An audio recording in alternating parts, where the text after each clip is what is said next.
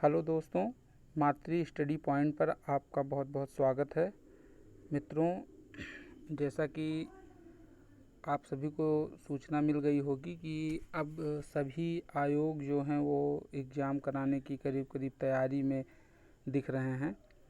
कल लोक सेवा आयोग उत्तर प्रदेश द्वारा भी कुछ सूचना मिली कि बीएड प्रवेश परीक्षा को देखते हुए अब आयोग भी समस्त एग्ज़ाम जो है वो निर्धारित कैलेंडर के अनुसार कराएगा, जिसमें सबसे पहले हाल में ही अभी 16 अगस्त को खंड शिक्षा अधिकारी का एग्ज़ाम जो है प्रस्तावित है। उससे पहले 9 अगस्त को आपका बीएड प्रवेश परीक्षा का एग्ज़ाम है। तो इन सभी एग्ज़ाम को देखते हुए जो एक करंट अफेयर्स का जो पोर्शन है उसको लेकर के मैं आप लोगों के बीच उपस्थित हुआ हूँ। तो इसमें मैं राष्ट्रीय अंतर्राष्ट्रीय जो बहुत ही महत्वपूर्ण तथ्यात्मक जो क्वेश्चन हैं उनको लेकर के आपके बीच में आया हूँ। तो इस वीडियो को आप देखिए। इसमें मैं पहला पार्ट राष्ट्रीय जो परिदृश्य है उसको आपसे डिस्कस करूंगा और इसके बाद फिर अंतर्राष्ट्रीय, आर्थिकी और अन्य आगे भी इसके सेगमेंट आएंगे। तो मैं आपसे कहना चाहता हूं कि इस वीडियो को आप बार बार देखिए। ये बहुत ही महत्वपूर्ण प्रश्न हैं और इससे परीक्षा में आपको पूरे प्रश्न मिलेंगे, जैसा कि मेरा मानना है।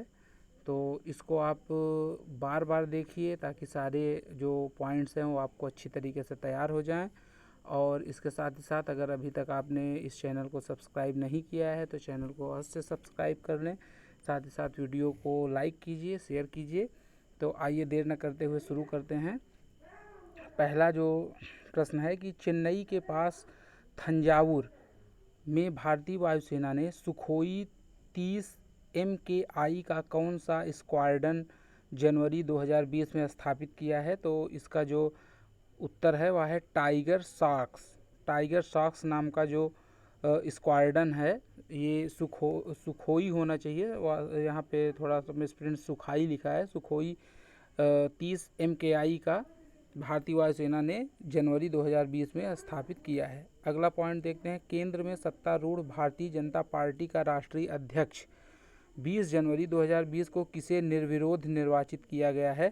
तो ये JP नड्डा जो हैं इनको भारतीय जनता पार्टी का राष्ट्रीय अध्यक्ष निर्विरोध निर्वाचित किया गया है। इसीलिए ये जो तथ्य है ये महत्वपूर्ण है कि आपसे पूछा जा सकता है कि भाई निर्विरोध किसे निर्वाचित किया गया है, तो JP नड्डा को आप उसमें शामिल करिएगा। अगला पॉइंट देखते हैं। आंध्र प्रदेश सरकार ने आंध्र प्रदेश राज्य की कौन सी 3 राजधानियां बनाने के लिए जनवरी 2020 में निर्णय लिया है? तो ये तीनों राजधानियां हैं अमरावती, विशाखापट्टनम और कुर्नूल। तो इसमें जो अमरावती है यह विधायी राजधानी होगी आंध्र प्रदेश की। विशाखापट्टनम जो है ये कार्यकारी राजधानी होगी और कुर्नूल जो है ये आंध्र प्रदेश की न्यायिक राजधानी होगी। और आंध्र प्रदेश सरकार ने ऐसा निर्णय इसलिए लिया है क्योंकि वह यह चाहती है कि जो भी संसाधन हैं उससे 3 नगरों का जो है 3 शहरों का आधुनिकीकरण किया जाए। तो इस उद्देश्य की पूर्ति के लिए उन्होंने 3 राजधानी बनाने का निर्णय लिया है। अगला तथ्य है रिजर्व बैंक ऑफ इंडिया ने दृष्टिबाधित व्यक्तियों के लिए रुपए की राशि पहचानने के लिए कौन सा मोबाइल ऐप जारी किया है? तो ये मणि नाम का, इसको मनी भी कहीं कहीं लिखा मिलता है। तो आप मनी या मणि अगर ऐसा कोई भी ऑप्शन आपको दिखता है तो आप उसे ही सही मानेंगे। तो ये मणि या मनी नाम का ऐप जो है वो RBI ने जारी किया है। तो ये भी महत्वपूर्ण है कि किसने जारी किया है, किसके लिए जारी किया है? तो RBI ने जारी किया है, दृष्टिबाधित व्यक्तियों के लिए जारी किया है और ऐप का नाम जो है वो है मनी या मणि ऐप। फरवरी 2020 में घोषित sports channel ESPN India awards ने किस महिला बैडमिंटन खिलाड़ी को लगातार तीसरी बार sports person female of the year 2019 का अवार्ड प्राप्त हुआ है? तो इसमें भी कई महत्वपूर्ण तथ्य हैं। किसने घोषित किया है? तो ESPN इंडिया अवार्ड्स ने। किसको किया है? तो PV सिंधु को। और किस चीज़ के लिए? तो sport person female of the year 2009। और ये लगातार तीसरी बार। तो ये भी महत्वपूर्ण है कि इनको कौन सी वहाँ बार मिल रहा है। तो याद रखिएगा कि तीसरी बार यह अवार्ड प्राप्त हुआ है। अगला पॉइंट है, भारत के किस हॉकी खिलाड़ी को अंतर्राष्ट्रीय हॉकी महासंघ ने वर्ष 2019 का सर्वश्रेष्ठ पुरुष हॉकी खिलाड़ी का पुरस्कार फरवरी 2020 में प्रदान किया है? तो ये है मनप्रीत सिंह।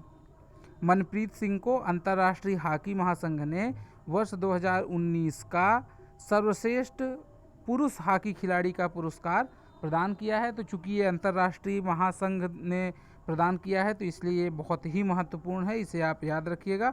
अगला पॉइंट देखते हैं, भारत के किस विश्व प्रसिद्ध पर्यावरणवादी जो inter governmental channel on climate change के चेयरमैन भी रहे का निधन फरवरी 2020 में हो गया? तो ये राजेंद्र पचौरी जो हैं, ये पर्यावरण एक्टिविस्ट के रूप में बहुत ही प्रसिद्ध हैं। आप सबने इनका नाम सुना भी होगा। तो इनका फरवरी 2020 में निधन हो गया है। तो ये एक महत्वपूर्ण व्यक्ति के या व्यक्तित्व के रूप में इनको इंक्लूड किया जा सकता है परीक्षा में। अयोध्या में श्री राम मंदिर निर्माण के लिए केंद्र सरकार ने उच्चतम न्यायालय के निर्णयानुसार किस न्यास ट्रस्ट की स्थापना की है? तो श्री राम जन्मभूमि तीर्थ क्षेत्र ट्रस्ट। इसमें जो शब्दों का क्रम है इसे आप विशेष याद रखिएगा, क्योंकि कहीं ना कहीं शब्दों का क्रम बदल करके भी ऑप्शन में आपको कंफ्यूज किया जा सकता है। तो इसको याद कर लीजिए कि श्री राम जन्मभूमि तीर्थ क्षेत्र ट्रस्ट। इसमें आपको पता है कि सुप्रीम कोर्ट की गाइडलाइन थी कि एक ट्रस्ट का निर्माण किया जाए।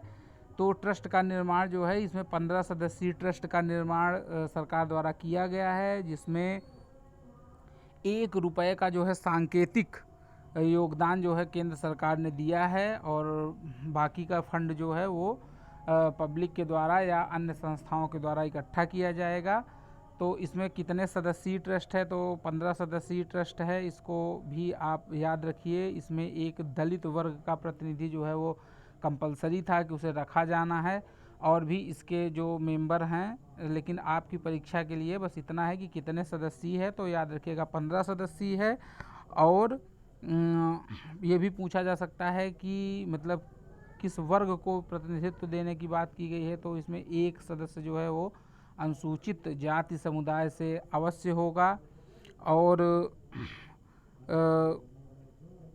इसमें केंद्र सरकार ने कितने रुपए का योगदान दिया है? तो ₹1 का सांकेतिक योगदान केंद्र सरकार द्वारा दिया गया है। अगला पॉइंट देखते हैं, भारत के गणतंत्र दिवस 26 जनवरी 2020 को मुख्य अतिथि कौन थे? तो ये ब्राज़ील के जो राष्ट्रपति हैं जायर बोल्सनारो। जायर बोल्सनारो ये इस बार 26 जनवरी 2020 के जो गणतंत्र दिवस का कार्यक्रम था उसमें ये भारत के मुख्य अतिथि बने थे। अगला पॉइंट देखते हैं, भारत के किस क्रिकेट खिलाड़ी को आईसीसी द्वारा 15 जनवरी 2020 को घोषित वर्ष की विश्व टेस्ट एकादश एवं एक दिवसीय विश्व एकादश टीम का कप्तान बनाया गया है? तो ये विराट कोहली को बनाया गया है। ये विश्व टेस्ट टीम और जो आईसीसी की वर्ल्ड टेस्ट टीम और आईसीसी की जो वर्ल्ड वनडे टीम है, दोनों में विराट कोहली को टीम का कप्तान बनाया गया है। तो ये बहुत ही महत्वपूर्ण और बहुत ही गौरवपूर्ण बात है देश के लिए। तो ये एक जो खेल व्यक्तित्व के दृष्टि से विराट कोहली का नाम आप याद रखिएगा कि इनको विश्व एकादश टीम का टेस्ट और वनडे दोनों टीमों का कैप्टन बनाया गया है। अगला पॉइंट देखते हैं, इसरो द्वारा किस महिला रोबोट का निर्माण किया गया है जिसे वर्ष के अंत में प्रस्तावित मानव रहित गगनयान में परीक्षण के लिए भेजा जाएगा? तो व्योम मित्र नाम का एक महिला रोबोट का निर्माण किया गया है। और जैसा कि आप जानते हैं कि भारत की 2022 तक अंतरिक्ष में मानव युक्त मिशन भेजने की योजना है, और इसके लिए गगनयान मिशन जो है वो प्रगति पर है। तो उसका जो एक ट्रायल के रूप में सबसे पहले एक रोबोट को अंतरिक्ष में भेजा जाएगा। तो उसके लिए जो रोबोट निर्माण किया गया है उसका नाम क्या है? व्योम मित्र। तो इसे आप याद रखिएगा। अगला प्रश्न देखते हैं, केंद्रीय पर्यावरण एवं वन और जलवायु परिवर्तन मंत्रालय द्वारा 30 दिसंबर 2020 को जारी भारत वन स्थित रिपोर्ट में सर्वाधिक वन क्षेत्र किस राज्य में है? तो ये अगर क्षेत्रफल की बात की जाए तो मध्य प्रदेश में सर्वाधिक वन क्षेत्रफल है। अगर हम प्रतिशत की बात करेंगे तो मिजोरम इसका सही उत्तर होगा कि मिजोरम में सर्वाधिक प्रतिशत में वन क्षेत्र जो है वो है। और अगर हम केंद्र शासित प्रदेश की बात करें तो लक्षद्वीप है। ओवरऑल अगर प्रतिशत में बात करेंगे राज्य प्लस केंद्र शासित प्रदेश को मिला करके, तो ये लक्षद्वीप जो होगा इसमें पहला ऑप्शन होगा, क्योंकि सबसे ज़्यादा जो वन क्षेत्र है वो लक्षद्वीप में है और राज्यों में मिजोरम में है। और अगर राज्य प्लस केंद्र शासित प्रदेशों का क्रम होगा तो उसमें लक्षद्वीप और उसके बाद मिजोरम आएगा और फिर अरुणाचल प्रदेश आएगा। अगला प्रश्न देखते हैं, अगला पॉइंट, अमेरिका के राष्ट्रपति डोनाल्ड ट्रंप के 24 फरवरी 2020 को भारत आगमन पर अहमदाबाद में किस स्टेडियम में स्वागत किया गया? तो ये मोटेरा स्टेडियम जो है ये इंटरनेशनल क्रिकेट स्टेडियम बना है और ये तीसरा जो है वो सबसे बड़ा, माफ़ कीजिएगा, तीसरा नहीं दूसरा सबसे बड़ा ये स्टेडियम है पूरे विश्व में। दूसरा सबसे बड़ा स्टेडियम जो है मोटेरा स्टेडियम जो अहमदाबाद में बनाया गया है, ये दूसरा सबसे बड़ा विश्व का स्टेडियम है। तो यहाँ पर डोनाल्ड ट्रंप के स्वागत के लिए एक कार्यक्रम आयोजित किया गया था जिसे नमस्ते ट्रंप के नाम से जाना जाता है। तो ये भी महत्वपूर्ण है और आपसे ये भी पूछा जा सकता है कि ये कब आए थे या कब कार्यक्रम किया गया था, तो डेट भी याद रखिएगा कि 24 फरवरी 2020 को अहमदाबाद में ये कार्यक्रम किया गया था। अगला पॉइंट देखते हैं, स्वच्छ सर्वेक्षण लीग 2020 के प्रथम और द्वितीय तिमाही के परिणाम के अनुसार 1 लाख से 10 लाख आबादी श्रेणी में शीर्ष रैंक किस शहर को प्रदान किया गया है? तो ये जमशेदपुर को प्रदान किया गया है। भारत सरकार ने chief of defence staff CDS के लिए ऊपरी आयु सीमा कितनी निर्धारित की है? तो देखिए ये जो चीफ ऑफ डिफेंस स्टाफ एक नया पद जो है केंद्र सरकार द्वारा सृजित किया गया है और तीनों सेनाओं को समन्वित करने के लिए या उनमें आपस में तालमेल बढ़ाने के लिए एक पद जो है वो रखा गया है। ये जो CDS हैं ये तीनों सेनाओं के जो प्रमुख हैं उनसे ऊपर का पद होगा और ये सेना के सुदृढ़ीकरण और उनके उन्नति, उनके प्रशिक्षण के संबंध में ये निर्णय लेंगे और उसमें गुणवत्ता में सुधार ले आएंगे। साथ ही साथ जो आर्थिक क्षेत्र है उसमें भी ये यह प्रयास करेंगे कि कम खर्च में, या जो खर्च है सेना के ऊपर जो अलग अलग तरीके से खर्च किया जाता है तो उसमें भी यथासंभव जो है बचत की जा सके। तो इन सब से संबंधित सुझाव जो है वो CDS केंद्र सरकार को, जिसमें कई समितियां गठित हैं तो उसमें रक्षा मंत्री भी हैं, तो उनके भी ये सलाहकार के तौर पे कार्य करेंगे और साथ ही साथ ये एक रक्षा सलाहकार की भूमिका जो है निभाएंगे। साथ ही साथ तीनों सेनाओं के जो सेना प्रमुख हैं उनसे ये उनके भी ये अधिकारी के तौर पे नियुक्त किए गए हैं। तो जनरल बिपिन रावत जो हैं इस समय CDS नियुक्त किए गए हैं और ये 65 वर्ष की उम्र तक अपने कार्य पद पर बने रहेंगे, या इनका कार्यकाल जो है वो 65 वर्ष तक होगा। अगला पॉइंट देखते हैं, national crime report bureau NCRB की भारत में अपराध 2018 रिपोर्ट के अनुसार महिलाओं के विरुद्ध अपराध के मामले में कौन सा राज्य शीर्ष पर है? तो महिलाओं के मामले में उत्तर प्रदेश जो है वो शीर्ष पर है। अगर हम देखें कुल टोटल अपराध सबसे ज़्यादा कहाँ दर्ज हुए हैं तो वो भी उत्तर प्रदेश में सबसे ज़्यादा दर्ज हुए हैं।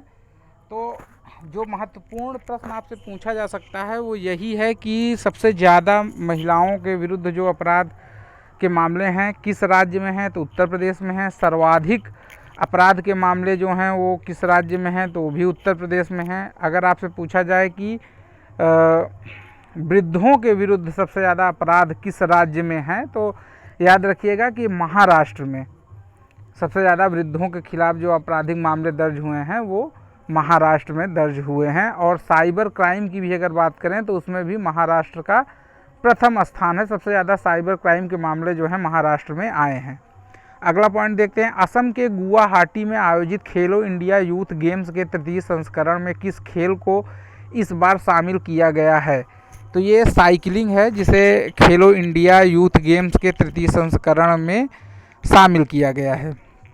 इसमें ये भी याद रखिएगा कि ये खेलो इंडिया यूथ गेम्स का तृतीय संस्करण कहाँ हुआ था? तो याद रखिएगा कि ये असम के गुवाहाटी में हुआ था। अगला पॉइंट देखते हैं, दक्षिण अफ्रीका में आयोजित आईसीसी अंडर 19 विश्व कप 2020 में किस खिलाड़ी को प्लेयर ऑफ द टूर्नामेंट घोषित किया गया? तो ये यशस्वी जायसवाल हैं, जिन्हें अंडर 19 आईसीसी विश्व कप 2020 में प्लेयर ऑफ द टूर्नामेंट घोषित किया गया है। आप जानते हैं कि अंडर 19 विश्व कप जो है वो दक्षिण अफ्रीका में आयोजित हुआ था और बांग्लादेश ने इस विश्व कप को जीता था। अगला पॉइंट देखते हैं, किस राज्य ने 71वें गणतंत्र दिवस के अवसर पर निर्धन लोगों को 10 रुपये में खाना उपलब्ध करवाने हेतु शिव भोजन थाली योजना लॉन्च की है? तो ये महाराष्ट्र सरकार द्वारा लॉन्च किया गया है। शिव भोजन थाली योजना से आप थोड़ा सा ट्रिक इसमें भी बना सकते हैं कि महाराष्ट्र में शिवसेना की सरकार है, तो उसी के तर्ज पे शिव भोजन थाली योजना जो है, इसमें 10 रुपये में निर्धन लोगों को, गरीब लोगों को खाना उपलब्ध कराया जाएगा। अगला पॉइंट देखते हैं, किस खिलाड़ी ने world games athlete of the year 2009 का खिताब जीता है? तो ये रानी रामपाल, जो कि हॉकी खिलाड़ी हैं भारत की, इन्हें world games athlete of the year 2019 का खिताब दिया गया है। अगला पॉइंट देखते हैं, केंद्रीय बजट में क्वांटम तकनीक और अनुप्रयोगों के राष्ट्रीय मिशन के तहत क्वांटम कंप्यूटिंग से जुड़ी तकनीकों के विकास हेतु 5 वर्ष की अवधि के लिए कितना बजटीय प्रावधान किया गया है? तो 8,000 करोड़ रुपए का प्रावधान जो है वो क्वांटम तकनीक और अनुप्रयोगों के राष्ट्रीय मिशन के लिए किया गया है। अगला पॉइंट देखते हैं, द विनिंग सिक्सर के लेखक कौन हैं? तो ये एक पुस्तक है, बहुत ही महत्वपूर्ण पुस्तक है।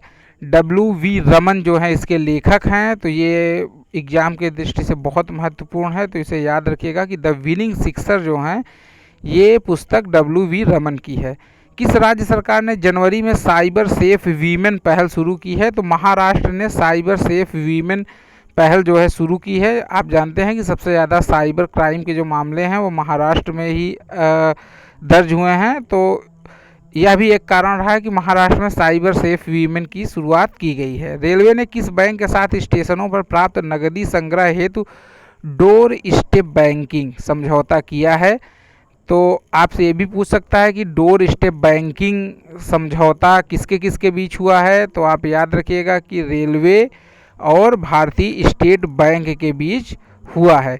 देखिए, प्रश्न जो है वो ये जो फैक्ट हैं, ये जो पॉइंट्स हैं, इनमें जितने भी आपको तथ्य मिलते हैं आप सबको तैयार करिए, क्योंकि ज़रूरी नहीं कि जो जिस क्रम में इसमें दिया गया है उसी क्रम में आपसे क्वेश्चन पुटअप हो। ये भी हो सकता है कि इसमें जो आंसर दिया हुआ है वो आपके सामने प्रश्न के रूप में रख दिया जाए, और जो जिसे आप प्रश्न समझ के पढ़ रहे हैं तो वो उस प्रश्न का आंसर हो जाए। तो इसलिए जो भी पॉइंट्स हैं इनको आप बार बार पढ़िए। इसमें ये मत देखिए कि ये प्रश्न है और ये इसका आंसर है, ऐसा नहीं है। ये सारे जो फैक्ट हैं जो कलेक्ट किए गए हैं, ये सभी फैक्ट महत्वपूर्ण हैं, चाहे वो प्रश्न के रूप में हो चाहे उत्तर के रूप में हो। तो आपको पूरा पढ़ना है। साथ ही साथ जहाँ आवश्यकता है वहाँ मैं उसका डिस्क्रिप्शन भी, उससे रिलेटेड जो भी पॉइंट और हैं इम्पॉर्टेंट, उनको भी मैं बताता चल रहा हूँ, तो उसे भी आप सुन करके याद रखिएगा या कहीं आप नोट भी कर सकते हैं। अगला पॉइंट देखते हैं, केंद्रीय गृह मंत्री अमित शाह ने किस स्थान पर राष्ट्रीय आपदा मोचन बल NDRF अकादमी की आधारशिला रखी है? तो नागपुर में इसकी आधारशिला केंद्रीय गृह मंत्री अमित शाह ने रखी है। 27वीं राष्ट्रीय बाल विज्ञान कांग्रेस दिसंबर 2019 में कहाँ आयोजित की गई है? तो ये तिरुवनंतपुरम, केरल में। केरल की जो राजधानी है, माफ़ कीजिएगा, वो त्रिवेंद्रम हो गई है। इसका तिरुवनंतपुरम का जो नाम है वो त्रिवेंद्रम रख दिया गया है, लेकिन इसमें दिया हुआ है तिरुवनंतपुरम, तो उसको भी आप याद रखिएगा कि ये तिरुवनंतपुरम केरल में 27वीं राष्ट्रीय बाल विज्ञान कांग्रेस दिसंबर 2019 में आयोजित की गई है।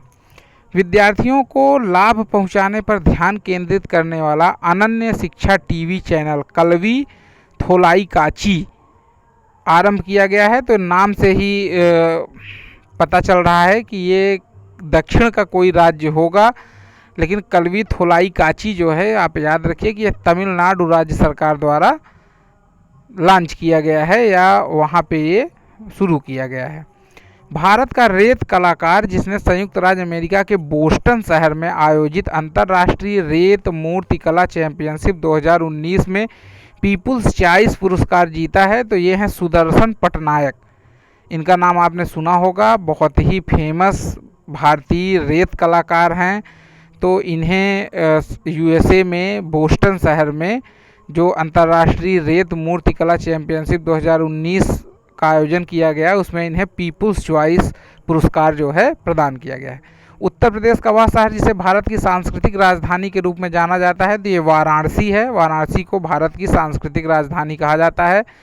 यह इसलिए महत्वपूर्ण है क्योंकि यह वर्तमान प्रधानमंत्री का संसदीय क्षेत्र है, तो इसलिए भी ये महत्वपूर्ण है। और उत्तर प्रदेश करंट अफेयर्स के अंतर्गत इसको शामिल किया जा सकता है। प्रधानमंत्री नरेंद्र मोदी की अध्यक्षता में केंद्रीय मंत्रिमंडल ने महाराष्ट्र के बौधावन या बधावन भी कहीं कहीं लिखा मिलता है में एक नए प्रमुख बंदरगाह की स्थापना के लिए सैद्धांतिक रूप से मंजूरी दी है।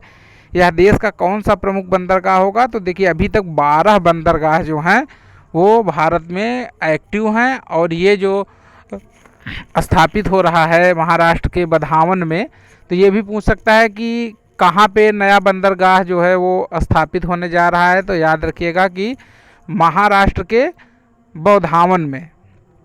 और ये किस नंबर का है? तो 13वें नंबर का ये बंदरगाह बनेगा भारत का। तो ये सारे फैक्ट जो हैं महत्वपूर्ण है, तो इसे आप याद रखिएगा। अगला देखते हैं, मुंबई के नौसैनिक स्कूल NCS की 7वीं कक्षा की छात्रा काम्या कार्तिकेयन दक्षिण अमेरिका की सबसे ऊंची पर्वत चोटी एकांकागुआ को फतह करने वाली दुनिया की सबसे कम उम्र की लड़की बन गई हैं। यह चोटी किस देश में स्थित है? तो देखिए, इसमें बहुत सारे फैक्ट हैं। सबसे पहली तो ये किस कक्षा की छात्र हैं, ये भी पूछा जा सकता है। तो याद रखिएगा 7वीं कक्षा की छात्र हैं। कहाँ की हैं? तो मुंबई के नौसैनिक स्कूल की छात्रा हैं। नाम क्या है? काम्या कार्तिकेयन। कहाँ की सबसे ऊंची पर्वत चोटी को फतह किया है? तो दक्षिण अमेरिका की। चोटी का क्या नाम है? एकांकागुआ। और एकांकागुआ कहाँ स्थित है? अर्जेंटीना में। तो इसमें इस पॉइंट में इतने सारे फैक्ट जो हैं आपको याद रखने की ज़रूरत है।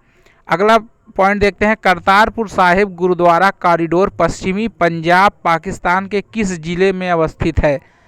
तो करतारपुर साहिब जो गुरुद्वारा कॉरिडोर है, इसका 9 नवंबर 2019 को प्रधानमंत्री द्वारा उद्घाटन किया गया था।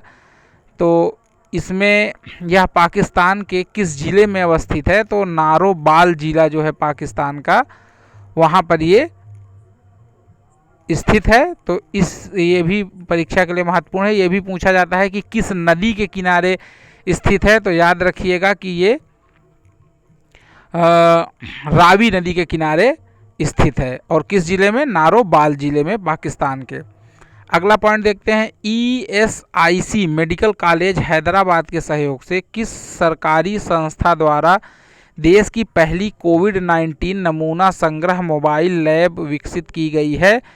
तो ये DRDO के सहयोग से, रक्षा अनुसंधान और विकास संगठन जिसे DRDO कहते हैं, DRDO और ESIC मेडिकल कॉलेज हैदराबाद के सहयोग से देश की पहली कोविड-19 नमूना संग्रह मोबाइल लैब विकसित की गई है। अगला पॉइंट देखते हैं, भारतीय खाद्य प्रसंस्करण प्रौद्योगिकी संस्थान का मुख्य परिसर कहाँ पर स्थित है? तो तंजावुर तमिलनाडु में भारतीय खाद्य प्रसंस्करण प्रौद्योगिकी संस्थान का मुख्य परिसर स्थित है। किसानों को आपूर्ति श्रृंखला से जोड़ने के लिए वैज्ञानिक और औद्योगिक अनुसंधान परिषद CSIR द्वारा लॉन्च की गई मोबाइल एप्लीकेशन का क्या नाम है? तो ये किसान सभा नाम की जो मोबाइल एप्लीकेशन है, यह किसानों को आपूर्ति श्रृंखला से जोड़ने के लिए ये CSIR द्वारा लॉन्च की गई है। अगला पॉइंट देखते हैं, भारत सरकार द्वारा मई 2020 तक कितने राज्यों को एक राष्ट्र एक राशन कार्ड योजना के साथ एकीकृत किया गया है? तो 17 राज्यों को किया गया है। बहुत ही महत्वपूर्ण क्वेश्चन है, वेरी वेरी वेरी इंपॉर्टेंट।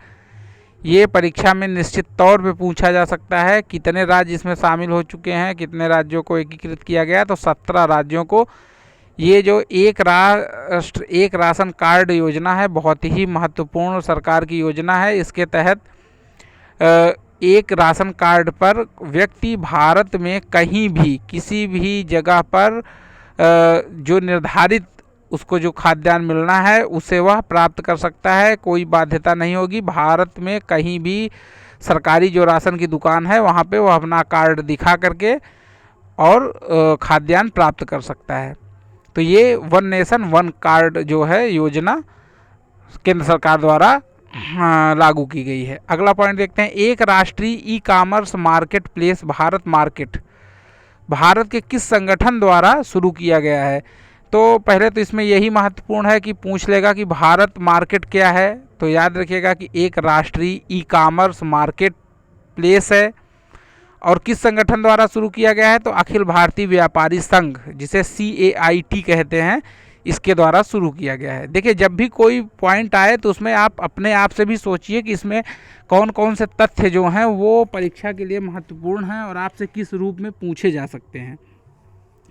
तो उससे आप खुद ही यह समझ पाएंगे कि ये जो भी फैक्ट आपके सामने लाए गए हैं ये कितने महत्वपूर्ण हैं। अगला देखते हैं पॉइंट, भारत में कोर उद्योग सूचकांक के लिए उद्योगों के उत्पादन को मापने के दौरान कितने मुख्य क्षेत्रों पर विचार किया जाता है। तो 8 क्षेत्रों पर जो कोर उद्योग होते हैं, जिसमें ONGC, NTPC, भेल, गेल, ये सारे जो हैं ये कोर इंडस्ट्री के रूप में जाने जाते हैं, NTPC वगैरह। तो इनमें जो है कितने इसके मापक हैं सूचकांक के लिए, जो कोर उद्योग सूचकांक आता है, तो 8 इसके मापक हैं। इनमें 8 क्षेत्रों पर विचार किया जाता है। अगला पॉइंट देखते हैं, कावेरी जल प्रबंधन प्राधिकरण का गठन कितने राज्यों केंद्र शासित प्रदेशों के बीच पानी के बंटवारे के विवाद का समाधान करने के लिए किया गया है। तो 4 राज्य और इसमें केंद्र शासित प्रदेश है। तो केंद्र शासित प्रदेश इसमें पुडुचेरी है और ये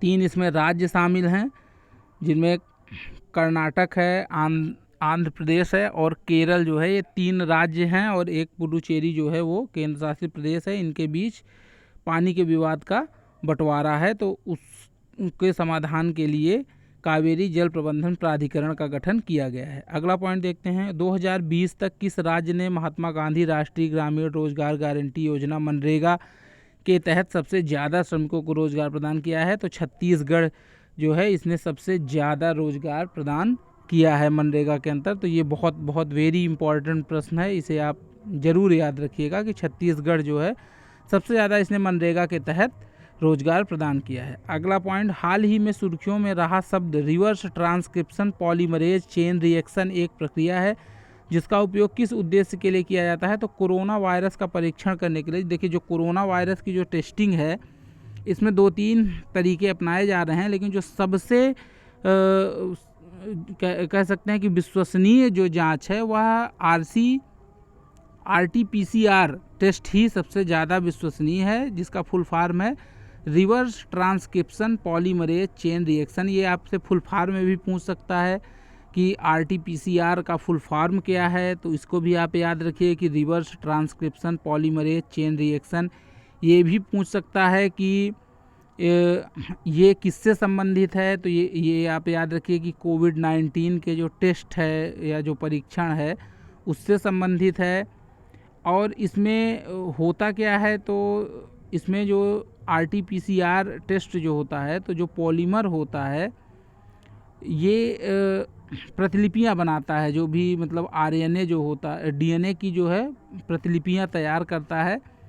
तो इसके माध्यम से इसमें जांच की जाती है कि व्यक्ति कोरोना से संक्रमित है, कोरोना जो वायरस RNA जो वायरस है कोरोना का SARS-CoV-2 जिसे कहते हैं, तो उससे संक्रमित है व्यक्ति की नहीं है। तो इसके द्वारा इस परीक्षण के द्वारा उसका पता लगाया जाता है। इसके अतिरिक्त जो एक रैपिड टेस्ट या एंटीबॉडी जो परीक्षण किया जाता है उससे यह पता चलता है कि आपका शरीर जो है किसी भी प्रकार के वायरस से इन्फेक्टेड है अथवा नहीं है। तो चूँकि शुरुआती दौर में रैपिड टेस्ट किया जाता है अर्थात एंटीबॉडी परीक्षण किया जाता है, अगर उसमें पॉजिटिव रिजल्ट मिलता है तो फिर उसके बाद उस व्यक्ति का RT-PCR टेस्ट जो है वो किया जाता है कि क्या यह कोरोना वायरस से ही ग्रसित है अथवा किसी अन्य वायरस से इन्फेक्टेड है। तो RT-PCR को याद रखिएगा, ये कोरोना वायरस से संबंधित है। अगला पॉइंट देखते हैं, पूसा परिशोधन और स्वच्छता सुरंग जिसका हाल ही में उद्घाटन किया गया था किस शोध संगठन द्वारा विकसित किया गया है। तो ये भारतीय कृषि अनुसंधान परिषद संस्थान द्वारा पूसा परिशोधन और स्वच्छता सुरंग का उद्घाटन किया गया है। अगला पॉइंट देखते हैं, हाल ही में Indian council of medical research ICMR ने किस प्रजाति में कोरोना वायरस की उपस्थिति की खोज की है? तो चमगादड़ में। जैसा कि आप जानते हैं कि चीन के वुहान शहर में सबसे पहले कोरोना वायरस आया और वहाँ भी यही कहा गया कि यह चमगादड़ से मनुष्यों में संचरित हुआ है। तो भारत में जो Indian council of medical research है उसने भी यह खोज की है कि कोरोना वायरस जो है ये चमगादड़ से मनुष्यों में आया है। अगला पॉइंट देखते हैं, कोविड-19 नमूना संग्रह कियास्क जो हाल ही में सुर्खियों में था, किस संस्था की प्रयोगशाला द्वारा विकसित किया गया था? तो ये DRDO रक्षा अनुसंधान व विकास संगठन द्वारा विकसित किया गया है। भारत सरकार द्वारा जारी किए गए सॉवरेन गोल्ड बॉन्ड में कोई व्यक्ति अधिकतम कितनी मात्रा ले सकता है? तो ये 1 किलोग्राम है, इसमें मिसप्रिंट हो गया है, तो 1 किलोग्राम जो है वो सॉवरेन गोल्ड बॉन्ड में कोई व्यक्ति अधिकतम मात्रा ले सकता है। अगला पॉइंट देखते हैं, नियर बाई स्पॉट किस तकनीकी फर्म की एक पहल है जो आवश्यक चीज़ों को बेचने वाले स्थानीय स्टोरों की जानकारी देती है? तो ये है गूगल। तो नियर बाई स्पॉट जो है पूछा जा सकता है कि ये क्या है? तो ये एक तकनीकी फर्म है। माफ़ कीजिएगा, नियर बाई स्पॉट क्या है? यह एक पहल है कि कैसी पहल है? जो आवश्यक चीज़ों को बेचने वाले स्थानीय स्टोरों की जानकारी देती है। तो नियर बाई स्पॉट क्या है ये आपको याद रखना है कि आवश्यक चीज़ों को बेचने वाले स्थानीय स्टोरों की जानकारी देने वाली एक पहल है। किसकी है, किस फर्म की है? तो गूगल की है। अगला पॉइंट देखते हैं, GMR एयरपोर्ट्स लिमिटेड को भोगापुरम में एक ग्रीन फील्ड इंटरनेशनल एयरपोर्ट बनाने की मंजूरी मिली। यह स्थान किस राज्य में स्थित है? तो आंध्र प्रदेश में स्थित है यह भोगापुरम। तो इसको भी याद रखिएगा कि किस के द्वारा बनाया जाएगा? तो GMR एयरपोर्ट्स लिमिटेड द्वारा बनाया जाएगा। कहाँ बनाया जाएगा? भोगापुरम में बनाया जाएगा। और एक कैसा होगा यह एयरपोर्ट? तो ग्रीन फील्ड इंटरनेशनल एयरपोर्ट बनेगा। अगला पॉइंट देखते हैं, केंद्र ने किस राज्य सरकार के साथ मिलकर Aarogya Setu interactive voice response system जिसे आरोग्य सेतु IVRS सेवा शुरू की है? तो तमिलनाडु ने केंद्र सरकार के साथ मिलकर के आरोग्य सेतु IVRS सेवा शुरू की है। अगला पॉइंट देखते हैं, हाल ही में कोरोना वायरस महामारी के समाधान के लिए केंद्रीय मानव संसाधन विकास मंत्रालय द्वारा छात्रों के लिए कौन सा ऑनलाइन चैलेंज लॉन्च किया गया है? तो ये समाधान इसका नाम है। कोरोना वायरस महामारी के समाधान के लिए समाधान ऑनलाइन चैलेंज लॉन्च किया गया है। ये भी पूछ सकता है किसके द्वारा लॉन्च किया गया है? तो मानव संसाधन विकास MHRD जो है उसके द्वारा ये लॉन्च किया गया है। अगला पॉइंट देखते हैं, हाल ही में भारत के HRD मिनिस्ट्री ये HRD मिनिस्ट्री के द्वारा लॉन्च किया गया है।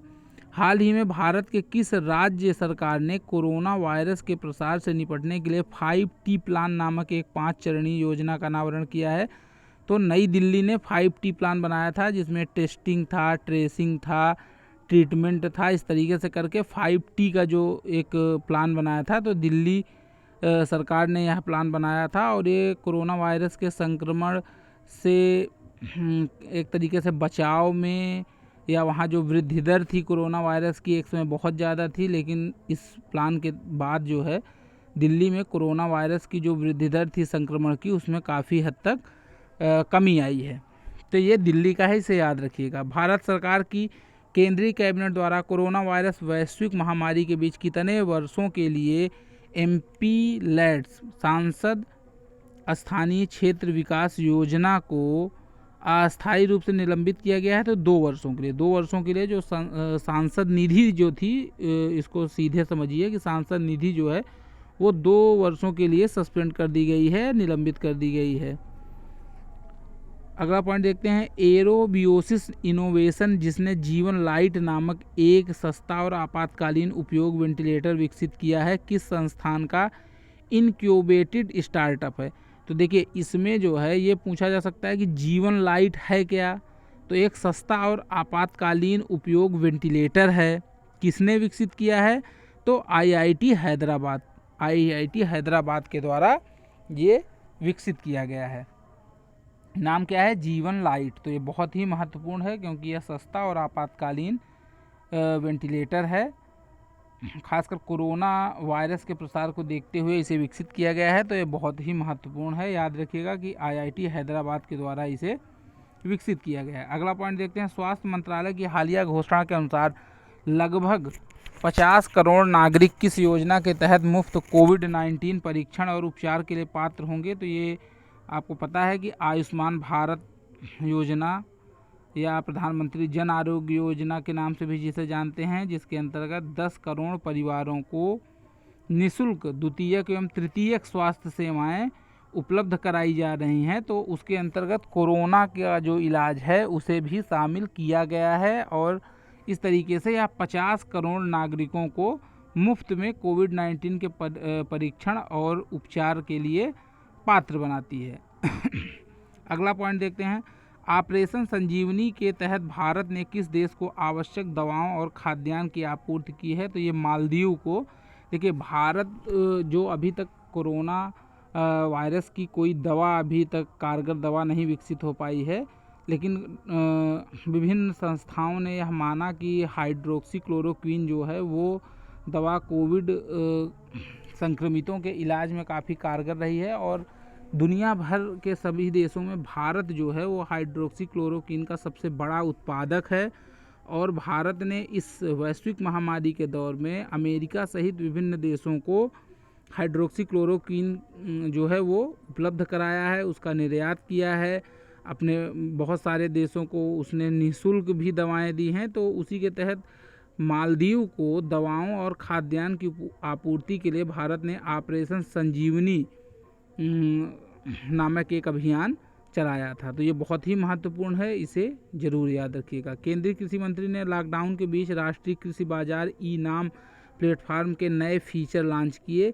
ई नाम को सबसे पहली बार कब लॉन्च किया गया था? तो 2016 में ई नाम जो है इसको लॉन्च किया गया था। यह एक राष्ट्रीय कृषि बाजार है, नेशनल एग्रीकल्चर मार्केट है। इसमें कोई भी देश का किसान, किसी भी कोने का किसान कहीं भी अपने सामान को इच्छानुसार जहां उसे उचित कीमत मिलती है वहां वह बेच सकता है।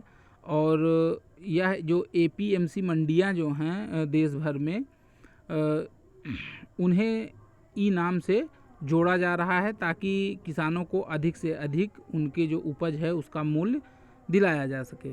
अगला पॉइंट देखते हैं। हाल ही में भारत के किस केंद्रीय मंत्रालय ने लॉकडाउन के बीच देश में फंसे विदेशी पर्यटकों की मदद के लिए स्टैंडर्ड इन इंडिया पोर्टल शुरू किया? तो ये पर्यटन मंत्रालय के द्वारा जो है स्टैंडर्ड इन इंडिया पोर्टल शुरू किया गया है। किसकी मदद के लिए शुरू किया गया है? तो विदेशी पर्यटकों की मदद के लिए शुरू किया गया है, तो इसे भी याद रखिएगा।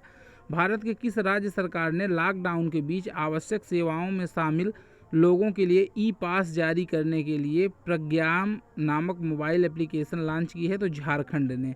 झारखंड सरकार ने जो लोग आवश्यक सेवाओं में, खासकर स्वास्थ्य या स्वच्छता से जुड़े या आवश्यक वस्तुओं की आपूर्ति, खास इसमें पुलिस विभाग भी शामिल था या चिकित्सा से जुड़े लोग जो थे, इनके लिए ई पास जारी करने के लिए प्रज्ञाम ऐप जो है वो लॉन्च किया था। किसने? झारखंड ने। हाल ही में जारी सिपरी की हथियार निर्यात संबंधी सूची में भारत को कौन सा स्थान हासिल हुआ? तो भारत को 23वां स्थान जो है निर्यात में। आयात की अगर बात करें तो भारत जो है दूसरा सबसे बड़ा आयातक देश है, लेकिन अगर निर्यात की बात करें तो उसमें भारत का हथियारों के निर्यात में 23वां स्थान है। अगला पॉइंट देखते हैं। सबसे बड़ा जो आयातक है हथियारों का तो वो सऊदी अरब है। सऊदी अरब सबसे ज़्यादा हथियारों का आयात करता है। अगला पॉइंट देखते हैं। गूगल ने जिस भारतीय शहर में 2021 तक अपना अगला क्लाउड क्षेत्र खोलने की घोषणा की है, तो दिल्ली में गूगल द्वारा अपना अगला क्लाउड क्षेत्र जो है 2021 तक खोला जाएगा। केंद्रीय जल शक्ति मंत्री ने हाल ही में स्वच्छ भारत मिशन ग्रामीण के किस चरण की शुरुआत की है? तो केंद्रीय जल शक्ति मंत्री जो हैं गजेंद्र सिंह शेखावत हैं और उन्होंने दूसरे चरण की शुरुआत की है। स्वच्छ भारत मिशन ग्रामीण का जो है दूसरा चरण शुरू किया गया है केंद्रीय जल शक्ति मंत्री गजेंद्र सिंह शेखावत द्वारा। अगला पॉइंट देखते हैं, झारखंड सरकार ने वित्त वर्ष 2020-21 के लिए पेश बजट में 300 यूनिट प्रति माह बिजली की खपत करने वाले परिवारों को कितने यूनिट माह फ्री बिजली देने की घोषणा किया है? तो 100 यूनिट प्रति माह। जो उपभोक्ता 300 यूनिट प्रति माह बिजली की खपत करते हैं उनको 100 यूनिट जो है बिजली मुफ्त दी जाएगी, अर्थात वो 300 यूनिट का बिल जमा करेंगे और 400 यूनिट का उपभोग कर सकेंगे। किस सरकार ने किया है? तो याद रखिएगा, झारखंड सरकार ने। ऐसे ही पश्चिम बंगाल सरकार ने भी कहा है कि जो उपभोक्ता 3 महीने में 75 यूनिट या उससे कम बिजली खर्च करेंगे तो उन्हें निःशुल्क बिजली दी जाएगी। अभी आगे इसमें हम लोग देखेंगे। तो ये बिजली से जुड़े 2 राज्यों की योजना है, इसमें कंफ्यूज मत होइएगा। ये 300 यूनिट पर 100 यूनिट फ्री बिजली झारखंड की है और 75 यूनिट तक 3 महीने में बिजली खपत करने वालों को फ्री बिजली जो है वो पश्चिम बंगाल की योजना है। अगला पॉइंट देखते हैं, किस भारतीय सुरक्षा बल ने देश में कोविड-19 के प्रसार का मुकाबला करने के लिए ऑपरेशन नमस्ते नामक पहल लॉन्च की? तो भारतीय सेना जो है उसने ऑपरेशन नमस्ते लॉन्च किया है। किसके लिए? कोविड-19 के प्रसार को रोकने के लिए। कोरोना वायरस को फैलने से रोकने के लिए किस राज्य ने टीम 11 नामक अंतर विभागीय समितियों का गठन किया है? तो ये उत्तर प्रदेश के द्वारा गठन किया गया है। वास्तव में एक केंद्र सरकार ने भी 11 मतलब टीम 11 का गठन किया था, उसी की तर्ज पे उत्तर प्रदेश सरकार ने भी टीम 11 का गठन किया है और ये विभिन्न विभागों की जो है वो समितियां हैं। अगला पॉइंट देखते हैं, विश्व एथलेटिक्स ने कोरोना वायरस महामारी के मद्देनज़र टोक्यो ओलंपिक क्वालिफिकेशन अवधि किस समय तक स्थगित कर दिया है? तो इसे दिसंबर 2020 तक स्थगित कर दिया गया है। 2020 में जो है टोक्यो में ओलंपिक खेल जो प्रस्तावित थे समर ओलंपिक, उन्हें स्थगित कर दिया गया है कोरोना संकट की वजह से, और इसमें जो क्वालिफिकेशन की अवधि थी इसे भी दिसंबर 2020 तक स्थगित कर दिया गया है। अगला पॉइंट देखते हैं, केंद्र सरकार ने कोरोना वायरस महामारी के चलते कितने लाख रुपए तक का लंबित टैक्स रिफंड तत्काल जारी करने को कहा है? तो ये 5 लाख रुपए तक का रिफंड जो है उसे तत्काल जारी करने के लिए कहा गया है। हाल ही में किस राज्य सरकार ने कोविड-19 के प्रसार पर अंकुश लगाने के लिए 21 नियंत्रण जोन में ऑपरेशन शील्ड की घोषणा की है? तो ये दिल्ली में कोरोना का प्रसार बहुत तेज़ी से बढ़ा था, तो इसीलिए उस पर नियंत्रण करने के लिए 21 जो नियंत्रण जोन थे उसमें ऑपरेशन शील्ड की घोषणा की गई थी। तो पूछा जा सकता है कि ऑपरेशन शील्ड किससे संबंधित है? तो कोरोना वायरस के संक्रमण के प्रसार को रोकने से संबंधित है। किसने लॉन्च किया या कहाँ पे यह क्रियान्वित हुआ? तो दिल्ली में। अगला पॉइंट देखते हैं, किस राज्य के जूनागढ़ जिले के एक किसान वैज्ञानिक वल्लभ भाई वसरम भाई मरवानिया ने बायो फोर्टिफाइड, जिसे जीएम आप कह सकते हैं, जेनेटिकली मॉडिफाइड गाजर विकसित की है? तो ये गुजरात के हैं वल्लभ भाई वसरम भाई मरवानिया। इन्होंने जीएम या जिसे आप कह सकते हैं कि बायो फोर्टिफाइड जो है गाजर विकसित किया है।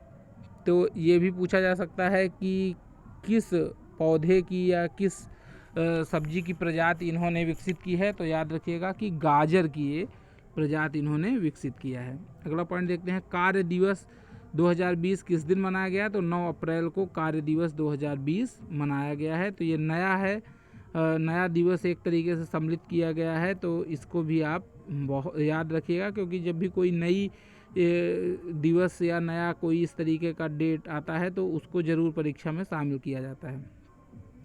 अगला पॉइंट देखते हैं, अंतर्राष्ट्रीय ऊर्जा एजेंसी के अनुसार बिजली का तीसरा सबसे बड़ा उत्पादक देश कौन है? तो भारत है।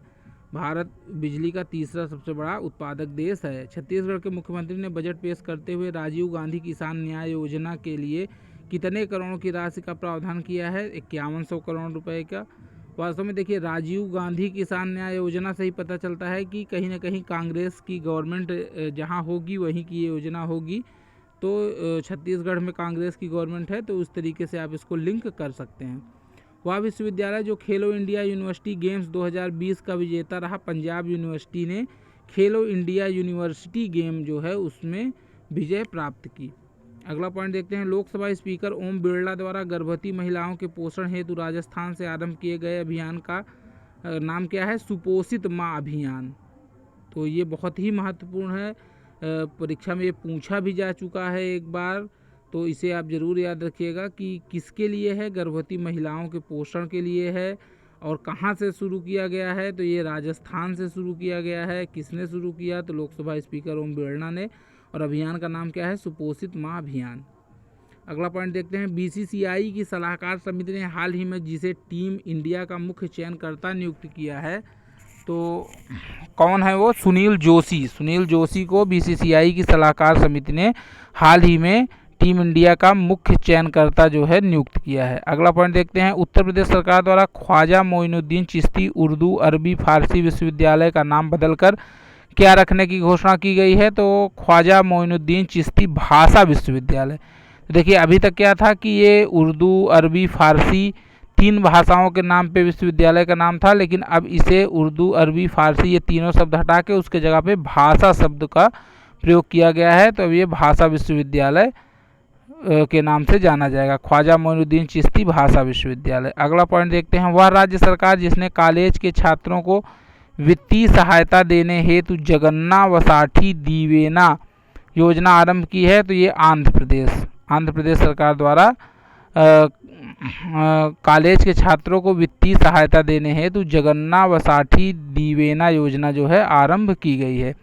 अगला पॉइंट देखते हैं, अमेरिकी राष्ट्रपति डोनाल्ड ट्रंप द्वारा गुजरात स्थित मोटेरा स्टेडियम में जिस कार्यक्रम में भाग लिया गया तो वो नमस्ते ट्रंप, इसकी चर्चा मैं ऊपर कर चुका हूँ, तो नमस्ते ट्रंप कार्यक्रम था। अगला पॉइंट देखते हैं, हाल ही में किस कंपनी के स्मार्टफोन द्वारा विश्व में पहली बार इसरो का बनाया गया नेविगेशन सिस्टम नाविक। नाविक क्या है, भारत का स्वदेशी ये नेविगेशन सिस्टम है, जैसे अमेरिका का जीपीएस है, उसी तरीके का भारत का यह नेविगेशन स्वदेशी नेविगेशन सिस्टम है। इसका नाम क्या है, नाविक है। इस्तेमाल किए जाने की घोषणा की गई है, तो रियलमी जो एक चाइनीज स्मार्टफोन कंपनी जो है उसने यह दावा किया है कि भारत का जो नाविक नेविगेशन सिस्टम है उसका सबसे पहले उसने इस्तेमाल किया है। अगला पॉइंट देखते हैं, हालांकि अभी हाल ही में जो भारत और चीन के बीच विवाद हुआ है उसके बाद 59 जो चाइनीज एप्लीकेशन जो हैं, ऐप्स जो हैं, उन पे बैन लगा दिया गया है। साथ ही साथ चीन से आने वाले आयातों पर भी कुछ प्रतिबंध लगाए गए हैं, तो वह भी महत्वपूर्ण है, पूछा जा सकता है कि कितने ऐप पर प्रतिबंध लगाए गए हैं, तो याद रखिएगा कि 59 ऐप पर प्रतिबंध लगाए गए हैं। आगे देखते हैं, वह राज्य सरकार जिसने थाई मांगुर मछली के उत्पादन केंद्रों को नष्ट करने के लिए विशेष अभियान चलाया है, तो महाराष्ट्र द्वारा यह अभियान चलाया गया है। किस मछली के लिए, थाई मांगुर मछली के उत्पादन केंद्रों को नष्ट करने के उद्देश्य से। अगला पॉइंट देखते हैं, प्रधानमंत्री नरेंद्र मोदी ने 16 फरवरी 2020 को चंदौली में वीडियो कॉन्फ्रेंस के जरिए किस एक्सप्रेस को हरी झंडी दिखाकर रवाना किया, तो यह काशी महाकाल एक्सप्रेस। कब किया, ये भी महत्वपूर्ण है, 16 फरवरी 2020 को। किसने किया, प्रधानमंत्री नरेंद्र मोदी ने। कहाँ पर किया, तो चंदौली में किया। तो ये सारे फैक्ट जो हैं महत्वपूर्ण हैं। और एक्सप्रेस का नाम क्या है, काशी महाकाल एक्सप्रेस, जो वाराणसी से उज्जैन, महाकालेश्वर जो उज्जैन है मध्य प्रदेश में, उसको जोड़ती है, वहाँ तक ये ट्रेन चलेगी।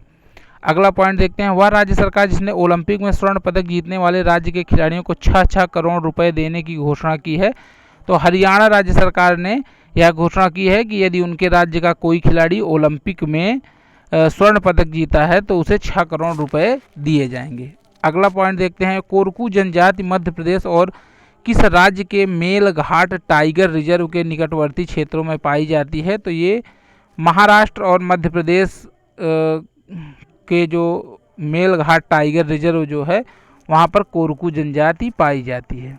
अगला पॉइंट देखते हैं, state of India's birds report 2020 के अनुसार किस देश में 79% पक्षियों की तादाद घटी है, तो भारत में। हालांकि ये भारत के लिए बहुत चिंताजनक बात है कि भारत में 79% पक्षियों की तादाद जो है वो घट गई है।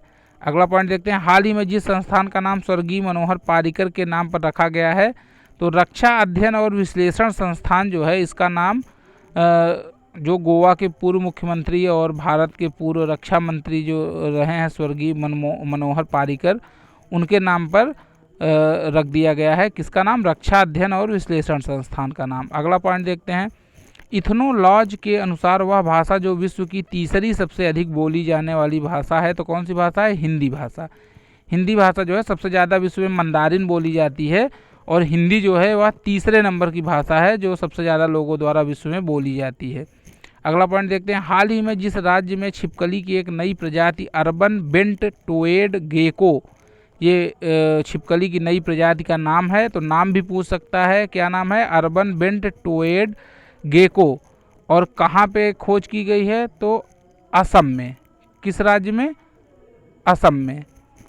अगला पॉइंट देखते हैं। नागरिकता संशोधन कानून CAA के खिलाफ हाल ही में प्रस्ताव पास करते ही जो राज्य ऐसा करने वाला पहला केंद्र शासित प्रदेश बन गया है, तो पौंडीचेरी जो है, जिसे पुदुचेरी भी कहते हैं, तो माफ़ कीजिएगा, पुदुचेरी ही इसको कहते हैं। बोलचाल में इसको पौंडीचेरी भी कहा जाता है, लेकिन अब इसका नाम जो है वो आधिकारिक जो है पुदुचेरी है। तो पुदुचेरी ये पहला केंद्र शासित प्रदेश बना जिसने नागरिकता संशोधन कानून के खिलाफ जो है वो प्रस्ताव पारित किया है।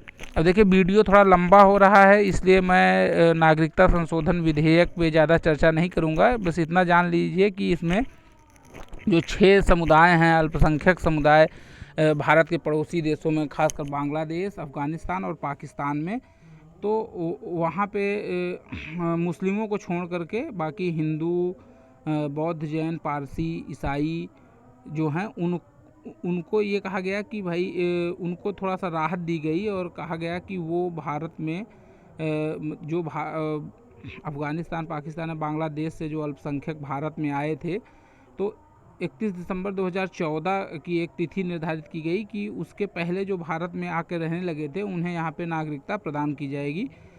हालांकि सामान्य नियम यह है कि लगभग 12 वर्ष उनको यहाँ बिताना चाहिए टोटल, लेकिन इसमें उनको छूट दी गई कि अगर 31 दिसंबर 2014 से पहले वो भारत में आ चुके हैं तो उन्हें भारत में नागरिकता प्रदान की जाएगी। तो इसमें मैं कोई एक अलग वीडियो बनाऊंगा जिसमें इन सारे जो भी कुछ महत्वपूर्ण पॉइंट हैं उनको डिटेल में डिस्क्रिप्शन के साथ आपसे चर्चा करूंगा, तो वहाँ पे ये सारी चीज़ें और डिटेल से इंक्लूड हो जाएंगी। अभी थोड़ा सा फैक्ट हम देख रहे हैं, तो उस क्रम में आगे बढ़ते हैं। तो अगला पॉइंट देखते हैं। नारकोटिक्स कंट्रोल ब्यूरो, इसमें एक तथ्य और याद रखिएगा कि जो CAA के खिलाफ जो राज्य था जिसने प्रस्ताव पारित किया था, या सुप्रीम कोर्ट भी, केरल जो था उसने सुप्रीम कोर्ट में सबसे पहले याचिका दायर की थी इसके खिलाफ। तो ये भी एक महत्वपूर्ण है कि किसने सबसे पहले सुप्रीम कोर्ट में याचिका दायर की थी, तो केरल राज्य ने सबसे पहले नागरिकता संशोधन कानून के खिलाफ कोर्ट में अपील की थी। और राज्यों, केंद्र शासित प्रदेशों में जो प्रस्ताव पारित किया इसके खिलाफ, तो पुडुचेरी ने किया। आगे बढ़ते हैं। नारकोटिक्स कंट्रोल ब्यूरो ने जिस शहर में नशीली दवाओं की तस्करी पर रोक लगाने हेतु बिम्स्टेक सम्मेलन का आयोजन किया, तो नई दिल्ली में बिम्स्टेक सम्मेलन का आयोजन किया गया। नारकोटिक्स कंट्रोल ब्यूरो ने किया नशीली दवाओं की तस्करी पर रोक लगाने के लिए। आगे देखते हैं। केंद्र सरकार ने हाल ही में प्रवासी भारतीय केंद्र का नाम बदलकर यह रखा, क्या रखा? सुषमा स्वराज भवन। ये बहुत ही महत्वपूर्ण है। ये दिल्ली की मुख्यमंत्री रही हैं और भारत की विदेश मंत्री रही हैं, काफ़ी लोकप्रिय विदेश मंत्री रही हैं। तो प्रवासी भारतीय केंद्र का नाम जो है इनके नाम पर रखा गया है। अब इसे सुषमा स्वराज भवन के नाम से जाना जाएगा। अगला पॉइंट देखते हैं। वह राज्य सरकार जिसने clean Krishna Godavari canals mission और प्लास्टिक विरोधी अभियान के तहत कृष्णा नदी से निकाली गई नहरों की सफाई हेतु कौन सा अभियान लॉन्च किया है? मन कृष्णा अभियान। तो ये भी पूछ सकता है कि मन कृष्णा अभियान किससे संबंधित है, तो ये प्लास्टिक विरोधी अभियान है, और कृष्णा नदी से जो नहरें निकाली गई हैं उनकी सफाई के लिए चलाया गया है। और किस राज्य में है? तो आंध्र प्रदेश में। तो इतने सारे फैक्ट इसमें आप तैयार करिए। आगे देखते हैं। सार्वजनिक उपक्रम सर्वेक्षण 2018-19 के अनुसार इस अवधि में सबसे अधिक मुनाफे वाली कंपनी कौन सी है? तो ONGC जो है, ऑयल एंड नेचुरल गैस जो कंपनी है वो सबसे ज़्यादा मुनाफे वाली कंपनी 2018-19 में रही है। अगला पॉइंट देखते हैं। केंद्र सरकार द्वारा जारी घोषणा के अनुसार नए 1 रुपये के नोट पर किसके हस्ताक्षर होंगे? तो वित्त सचिव के होंगे। बहुत ही महत्वपूर्ण है, वेरी मोस्ट इम्पॉर्टेंट, क्योंकि अभी तक इसमें वित्त मंत्री के हस्ताक्षर होते थे, लेकिन अब ये इस पर किसके हस्ताक्षर होंगे? वित्त सचिव के हस्ताक्षर होंगे। तो 1 रुपये का नोट जो है वो भारत सरकार द्वारा जारी किया जाता है, आरबीआई द्वारा जारी नहीं किया जाता है। तो एक तो इससे संबंधित ये महत्वपूर्ण फैक्ट है। दूसरा, अभी तक इसमें वित्त मंत्री के, फाइनेंस मिनिस्टर के हस्ताक्षर होते थे, लेकिन अब जो है घोषणा की गई है कि वित्त सचिव के इस पे हस्ताक्षर होंगे। तो इसे भी आप याद रखिएगा, ये भी बहुत ही महत्वपूर्ण तथ्य है। अगला देखते हैं। WHO द्वारा कोरोना वायरस का आधिकारिक नाम क्या रखा गया है? तो कोविड-19 रखा गया है। इसमें CO से जो है वो कोरोना, VI से वायरस, और D जो है, चूँकि ये दिसंबर में मिला था, दिसंबर, तो इसलिए D शामिल किया गया है, और 19 मतलब 2019 में। तो इस तरीके से इसका नाम कोविड-19 रखा गया है। अगला देखते हैं। वह दिन जब प्रत्येक वर्ष विश्व यूनानी दिवस मनाया जाता है। तो 11 फरवरी को प्रत्येक वर्ष विश्व यूनानी दिवस मनाया जाता है। अगला पॉइंट देखते हैं। हाल ही में जिस राज्य द्वारा पेश किए गए बजट में यह घोषणा की गई कि 3 महीने में 75 यूनिट तक बिजली खपत करने वालों को मुफ्त बिजली दी जाएगी? पश्चिम बंगाल। इसकी चर्चा मैं पहले कर चुका हूँ। आगे देखते हैं। हाल ही में जिस राज्य ने मुख्यमंत्री परिवार समृद्धि योजना लॉन्च की है? तो हरियाणा द्वारा यह योजना लॉन्च की गई है, मुख्यमंत्री परिवार समृद्धि योजना। तो इसे याद रखिएगा, ये महत्वपूर्ण है, एक बार परीक्षा में पूछी जा चुकी है, तो आगे भी पूछने की संभावना है। अगला पॉइंट देखते हैं। वह राज्य सरकार जिसने प्रदूषण पर नियंत्रण लगाने हेतु 15 साल से पुरानी सरकारी डीजल वाहनों के परिचालन पर पूरी तरह से रोक लगा दी है? किस राज्य सरकार ने? बिहार राज्य सरकार ने। बिहार में यह आदेश जारी किया गया कि जो 15 साल से पुराने सरकारी डीजल वाहन जो हैं उनको पूरी तरीके से प्रतिबंधित कर दिया जाए। अगला पॉइंट देखते हैं। आंध्र प्रदेश सरकार ने हाल ही में महिलाओं और बच्चों के खिलाफ अपराधों से निपटने हेतु जिस पुलिस स्टेशन की स्थापना की? तो दिशा पुलिस स्टेशन की स्थापना की। तो इसमें यह भी पूछ सकता है कि दिशा पुलिस स्टेशन किस लिए स्थापित किए गए हैं? तो महिलाओं और बच्चों के खिलाफ अपराध से निपटने के लिए। किस सरकार ने किया है? तो आंध्र प्रदेश सरकार ने किया है। तो इसे भी आप याद रखिए। आगे देखते हैं। हाल ही में जिस राज्य में भारत की पहली इंटरसिटी इलेक्ट्रिक बस सेवा शुरू की गई? तो महाराष्ट्र ऐसा राज्य है जहां पर इंटरसिटी इलेक्ट्रिक बस सेवा, जो कि मतलब बैटरी से चलने वाली जो बस है, उसे लॉन्च किया गया है एक शहर से दूसरे शहर के लिए। तो ये महाराष्ट्र से पुणे के लिए चालू की गई है, शुरू की गई है। इसे इंटरसिटी इलेक्ट्रिक बस सेवा कहा जाता है, और ये महाराष्ट्र द्वारा शुरू की गई है। अगला पॉइंट देखते हैं। जिस शब्द को Oxford Hindi word of the year 2019 चुना गया है, तो वो कौन सा वर्ड है? संविधान। किसके द्वारा चुना गया है? Oxford Hindi word of the year. इसमें इस Oxford Hindi word of the year 2009 किस शब्द को चुना गया है? तो संविधान शब्द जो है उसे चुना गया है। अगला देखते हैं। हाल ही में भारतीय मौसम विज्ञान विभाग ने जिस राज्य में बारिश के लिए एक पीला कोड मौसम चेतावनी जारी की है, तो कौन सा राज्य है? हिमाचल प्रदेश। हिमाचल प्रदेश में भारतीय मौसम विज्ञान विभाग ने बारिश के लिए एक पीला कोड मौसम चेतावनी जो है वो जारी की है। तो मित्रों, ये जो था वो राष्ट्रीय परिदृश्य था। इसमें जितने भी मेरे हिसाब से महत्वपूर्ण जो फैक्ट थे उसे मैंने कवर करने का पूरा प्रयास किया है। और जहाँ तक मैं समझता हूँ कि ये वीडियो जो है आपके लिए बहुत ही फ़ायदेमंद होगा। इसे आप बार बार देखिए और पूरी तरीके से इसे आप कंठस्थ कर लीजिए। साथ ही साथ आप अगर कहीं कोई समस्या है तो मुझे कमेंट करिए। अगर मान लीजिए कोई मिस्टेक भी मुझसे अगर हो गई हो तो उसे भी आप कमेंट में बता सकते हैं, उसे मैं सुधारने की कोशिश करूँगा। साथ ही साथ ये भी बताइए कि वीडियो आपको कैसा लगा, कितना आपके लिए यूजफुल हो रहा है, ताकि मैं आगे भी ऐसे अंतर्राष्ट्रीय और आर्थिकी या अन्य भी सेगमेंट लेकर के इसके जल्दी से जल्दी आ सकूं, क्योंकि समय बहुत कम है। तो इसे आप बार बार देखिए, वीडियो को अधिक से अधिक लाइक कीजिए, अपने फ्रेंड्स को शेयर कीजिए, साथ ही साथ चैनल को सब्सक्राइब करिए। बहुत बहुत धन्यवाद।